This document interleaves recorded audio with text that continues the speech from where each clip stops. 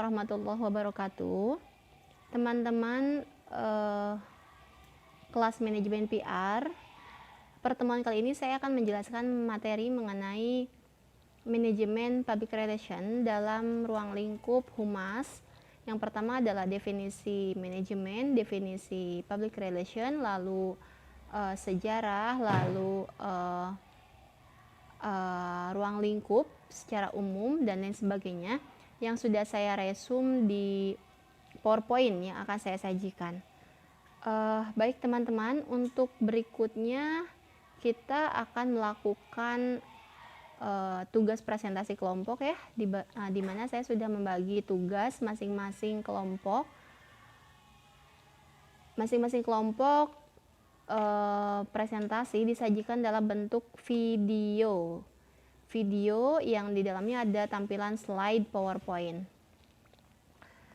Di sini saya akan membahas mengenai materi manajemen PR sebagai pengantar, karena materi yang saya paparkan hari ini akan juga dipresentasikan ulang ya oleh kelompok 1 di minggu depan, pertemuan ketiga. Baik teman-teman, materi yang sudah saya share yaitu mengenai manajemen public relation. Oke. Manajemen public relation,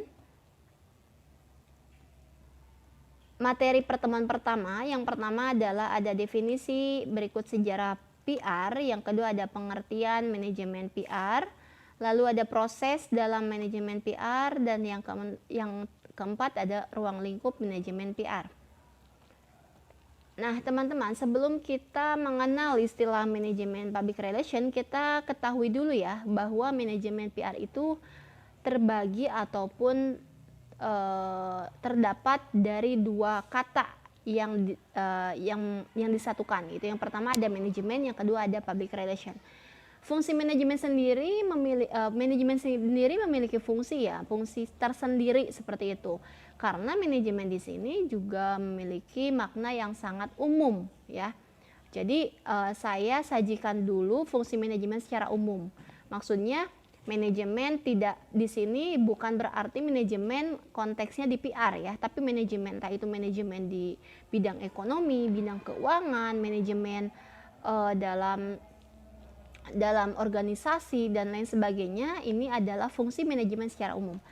Jadi fungsi manajemen secara umum itu memiliki empat fungsi ya, manajemen secara umum. Yang pertama ada perencanaan atau planning.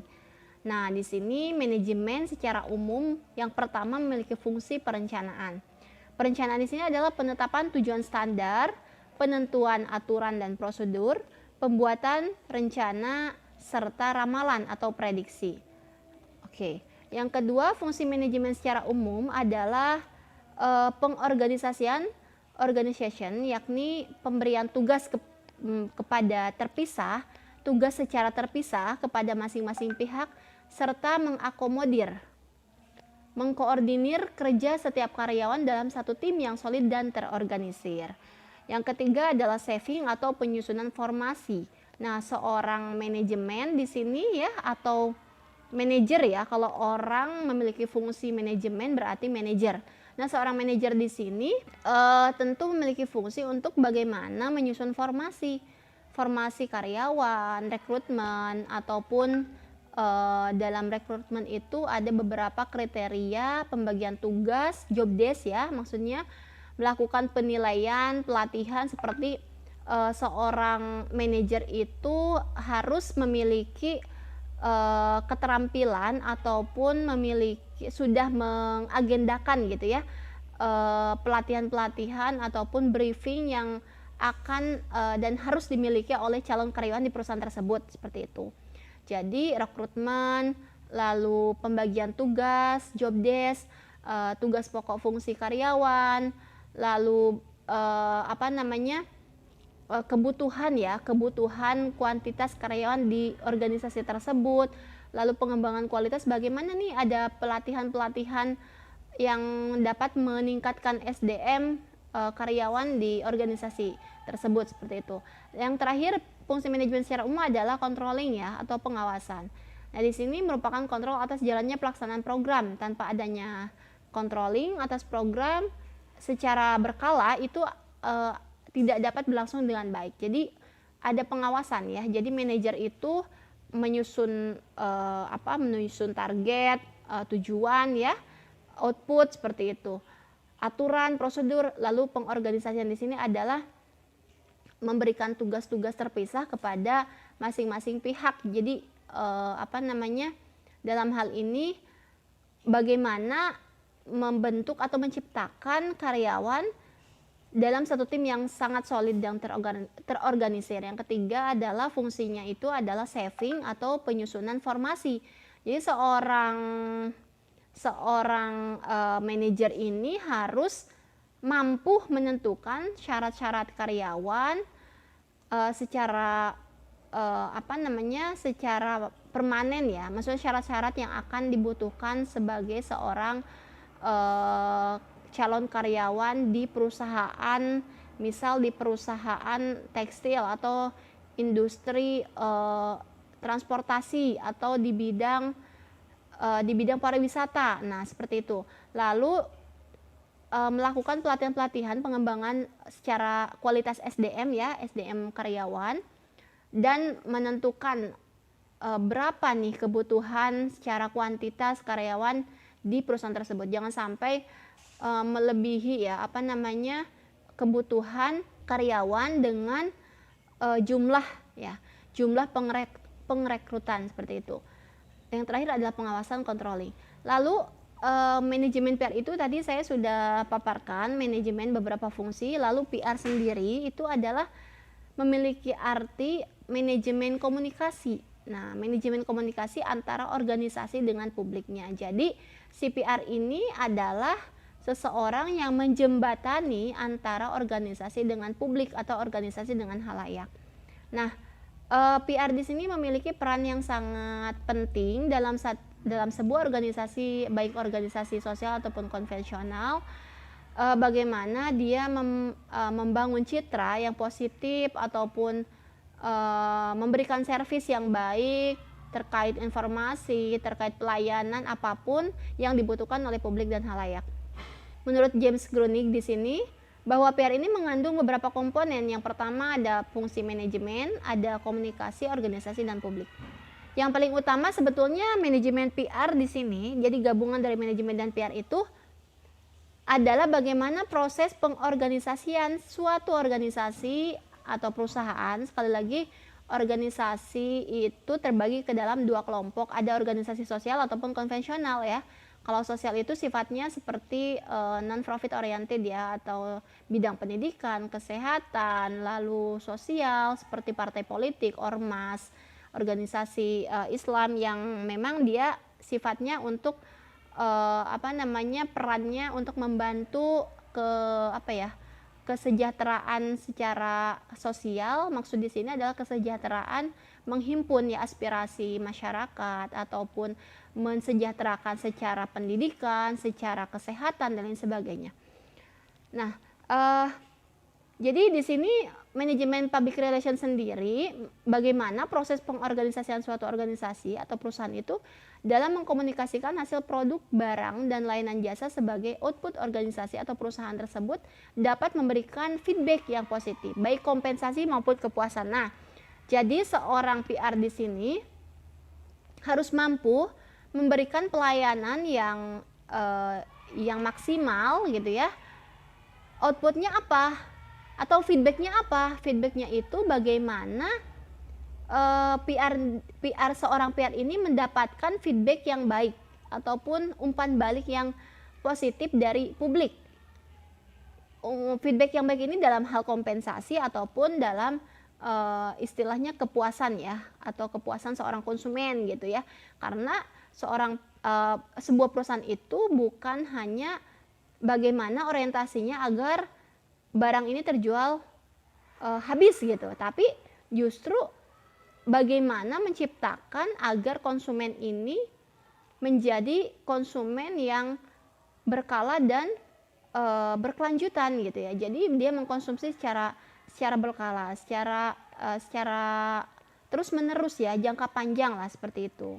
Nah, jadi di situ bukan hanya sebatas kompensasi ataupun keuntungan ya, tapi kalau sudah dia merasa puas dengan layanan perusahaan ataupun produk yang dijual itu memuaskan publik, maka akan potensi untuk menjadi konsumen yang menggunakan jasa, barang, dan lain sebagainya menjadi konsumen yang berkelanjutan.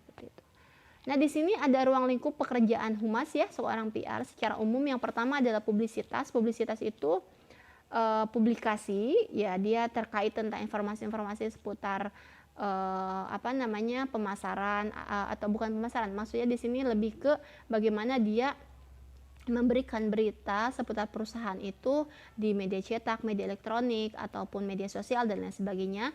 Lalu yang kedua itu fungsi daripada humas sendiri, ada fungsi pemasaran ya. Kalau pemasaran itu istilahnya marketing yang sering kita sangat familiar, bahwa fungsi humas yang kedua adalah marketing. Nah, ternyata di sini seringkali kita masih rancu antara tugas humas dan tugas marketing. Nah, marketing merupakan salah satu fungsi humas, tapi humas belum tentu ataupun tidak merangkap menjadi tugas marketing. Oke. Jadi humas di sini merangkap sebagai marketing, tapi marketing belum tentu merangkap tugas sebagai humas.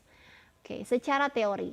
Yang ketiga adalah public affairs. Maksudnya public affairs di sini adalah seorang PR itu harus mampu membangun komunikasi yang baik dengan orang-orang yang dapat ataupun lembaga-lembaga terkait yang ada pengaruh feedbacknya terhadap perusahaan atau organisasi, seperti contohnya di tokoh masyarakat ataupun tokoh politik ataupun orang-orang yang punya kewenangan untuk mengeluarkan kebijakan seperti itu. Lalu yang keempat, ruang lingkup pekerjaan humas di sini adalah manajemen isu. Manajemen isu di sini bagaimana seorang PR sendiri memanage sebuah isu yang potensi akan berpengaruh terhadap hadirnya perusahaan, atau itu isu positif, isu negatif, itu tentu dikemas dan tidak ujuk-ujuk gitu. Maksudnya tentunya seorang PR di sini mempunyai kontribusi yang sangat tinggi dalam memanage sebuah isu, menangkal sebuah isu, karena bagaimanapun sangat rentan ya perusahaan terhadap isu-isu ataupun berita-berita yang akan memberikan pengaruh yang sangat tinggi, seperti isu-isu di beberapa perusahaan yang sudah bonafit ya. Kita temui beberapa perusahaan yang banyak sekali berita-berita, seperti contohnya bahwa beberapa tahun yang lalu pernah kita dengar ada istilahnya minuman Maison itu ditarik dari pasaran karena Maison ini mengandung 2 komponen zat pengawet sehingga akan menimbulkan ketergangguan terhadap kesehatan manusia, seperti itu. Tubuh manusia itu tidak kuat gitu untuk mengkonsumsi 2 pengawet sekaligus, bahan pengawet, dan akhirnya Maison di sini ditarik kembali oleh BPOM dan tidak beredar dan tidak memiliki izin ya untuk dipasarkan kembali. Namun setelah ada teguran seperti itu, Maison diizinkan kembali karena sesuai dengan takaran yang aturan dari BPOM. Lalu yang kelima ada lobby. Nah, bagaimana seorang PR ini pandai untuk melakukan lobby, negosiasi dan lain sebagainya. Lobby ini dalam rangka apa? Dalam rangka banyak sekali ya.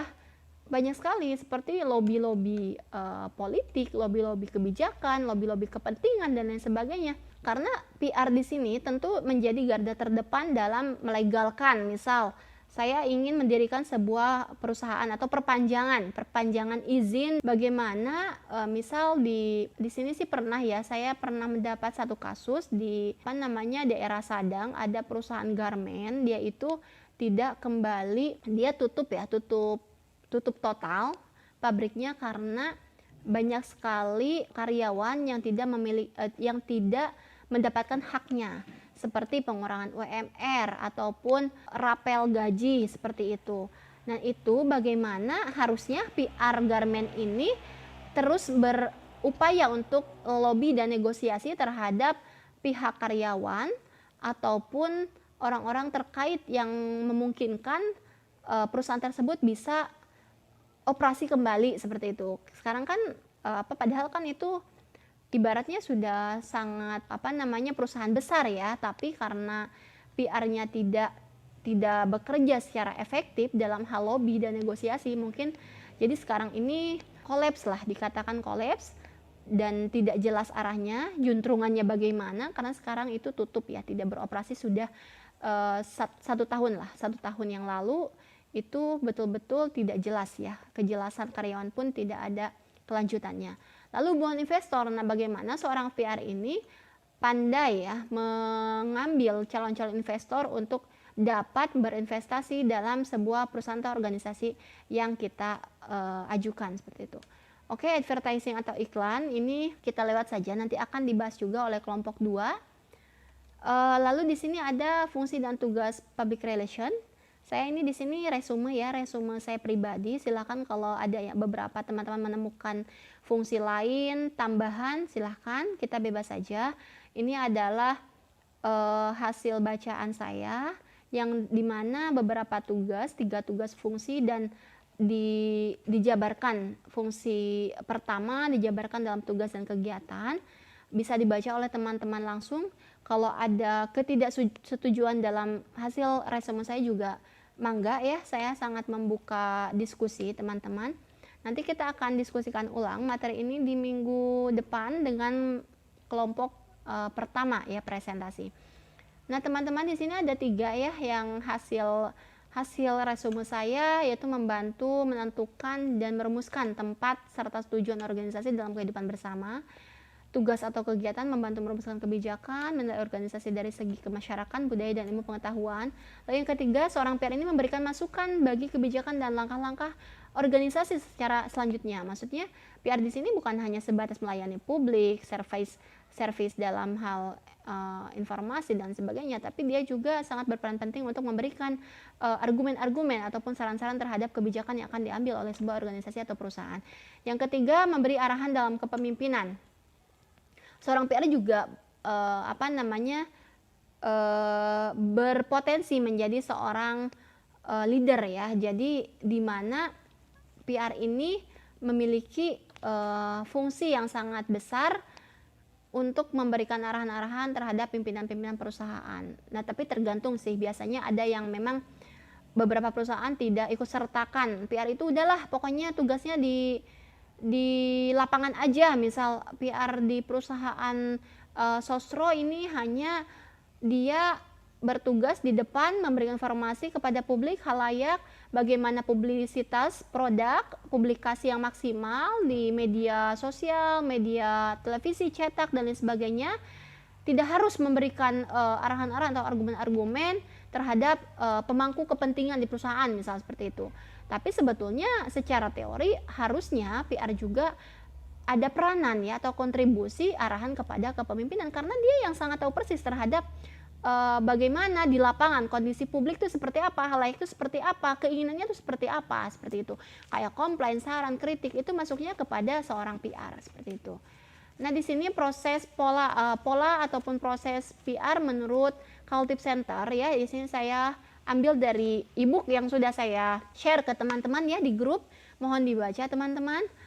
Di sini ada tahapan-tahapan ya.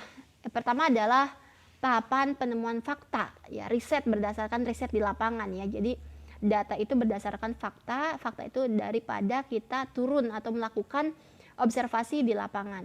Lalu hasil dari riset dilanjutkan dalam sebuah perencanaan, planning, lalu komunikasi dan evaluasi seperti itu. Ini nanti juga akan dibahas kembali yang lebih detail oleh khusus materi tentang riset dalam PR. Tidak saya bagi dalam kelompok presentasi, tapi ini khusus akan saya paparkan tentang riset dalam PR. Nah, di sini teman-teman, di sini riset, perencanaan, komunikasi dan evaluasi saya paparkan ulang di slide ini. Fact finding ini adalah mencari, mengumpulkan fakta dan data sebelum melakukan tindakan. Lalu yang kedua, misalnya yang kedua itu planning, yang ketiga komunikasi, yang keempat evaluasi.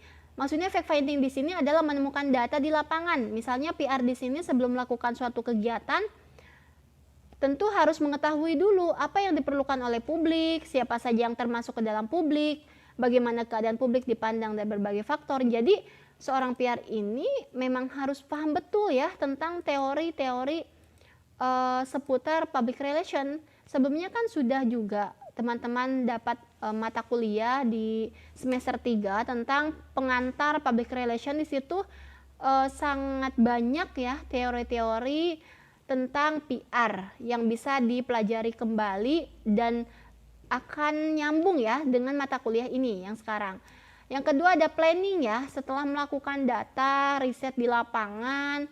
Nah, seorang PR di sini ada perencanaan, yaitu berdasarkan fakta dan data yang tadi ditemukan, membuatlah rencana tentang apa yang harus dilakukan dalam menghadapi masalah tersebut, seperti itu. Lalu yang ketiga communicating. Communicating di sini adalah bagaimana mengkomunikasikan rencana yang sudah disusun dengan baik kemudian dikomunikasikan atau dilakukan kegiatan operasional. Nah, tadi ya yang sudah saya rangkum di sini, kenapa sih kok PR ada fungsi untuk memberikan arahan kepada pimpinan? Ya karena memang pada kenyataannya PR lah yang tahu persis bagaimana di lapangan kebutuhan publik, informasi seputar halayak, apa yang dikomplainkan oleh publik, apa yang dibutuhkan oleh publik, gitu ya. Nah itu jadi karena pimpinan cenderung tahu informasi tentu dari lapangan yang dilaporkan oleh PR seperti itu.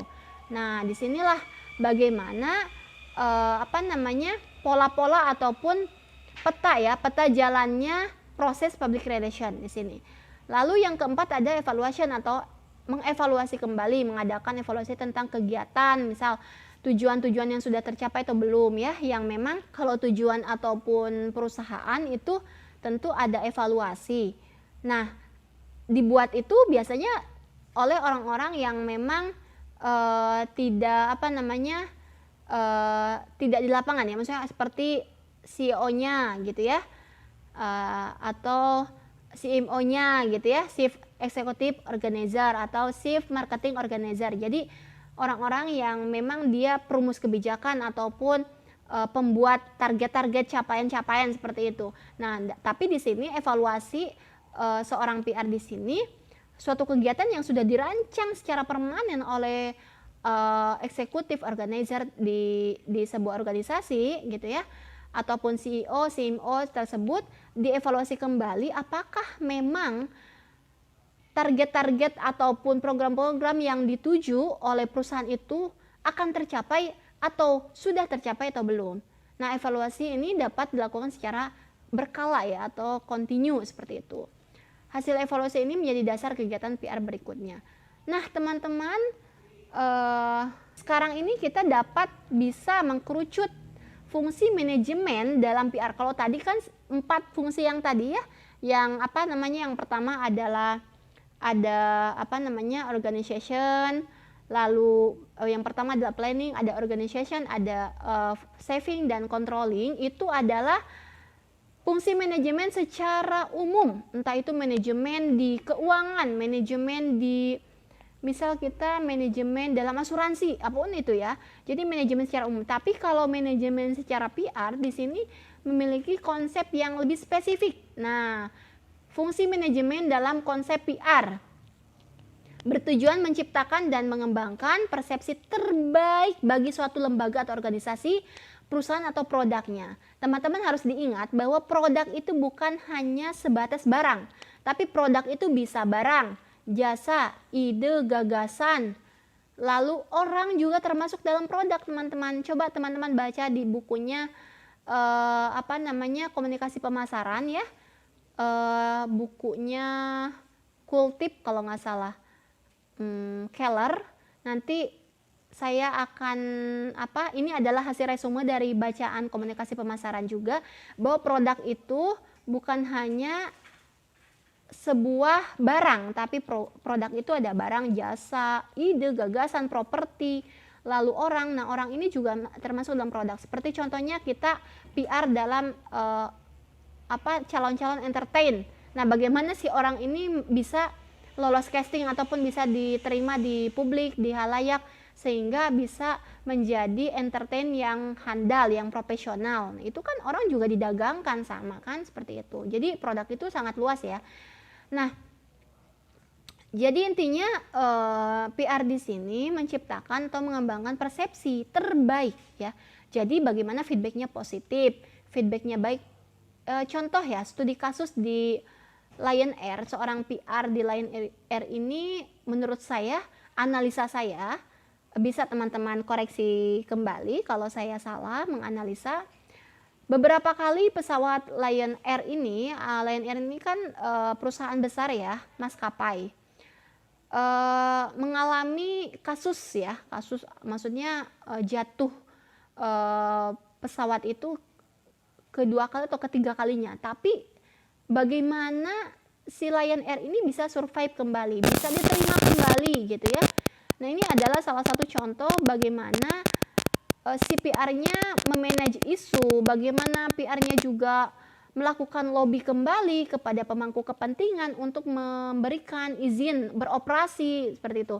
Bagaimana si Lion Air ini PR-nya mampu dan handal mempublikasikan, mempromosikan kembali bahwa Lion Air ini meskipun sudah menemui beberapa kasus ya, tapi bisa diterima lagi, bisa menimbulkan trust kembali dari publik ya, bisa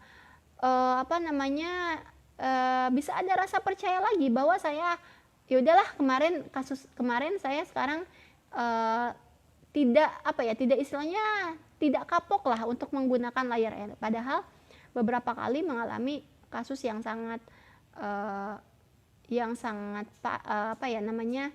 harusnya itu jatuh gitu ya, tapi ini tetap survive seperti itu ya. Seperti itu ya, intinya beberapa tujuan yang fungsi manajemen dalam PR di sini, bagaimana produk yang ditawarkan, yang dijual ya, yang dipromosikan itu bisa mendapatkan feedback yang positif, feedback yang terbaik ya, dan memiliki dampak bagi masa depan organisasi tentunya gitu ya. Jadi apapun yang feedback yang ada yang diterima oleh seorang PR dari halayak ataupun publik, tentu itu adalah untuk masa depan atau kelangsungan organisasi, lembaga, perusahaan atas produknya. Jadi teman-teman, inti daripada pengantar mata kuliah manajemen PR di sini adalah bagaimana seorang PR ini mampu menciptakan citra ataupun sebuah organisasi agar mendapatkan feedback, umpan balik yang positif dari halayak dan publik, sehingga halayak di sini memiliki rasa kepuasan atau ketergantungan. Bahkan kalau bisa calon konsumen itu bukan hanya sebatas membeli produk kita, tapi bagaimana agar konsumen ini mampu berkelanjutan mengkonsumsi secara berkala ya, seperti itu. Ya, Unilever seperti perusahaan raksasa lah ya, itu sudah PR-nya sudah sangat profesional. Ya, sekian dulu dari saya. Itulah beberapa materi yang sudah saya paparkan. Kurang lebihnya kita akan bahas kembali dan kita akan diskusikan kembali di kelompok berikutnya, di kelompok 1 ya. Nanti saya akan share pembagian tugas presentasi kelompok pada kelompok komunikasi manajemen public relation. Oke. Ini adalah khusus video tentang paparan materi pengantar manajemen public relation. Wassalamualaikum warahmatullahi wabarakatuh.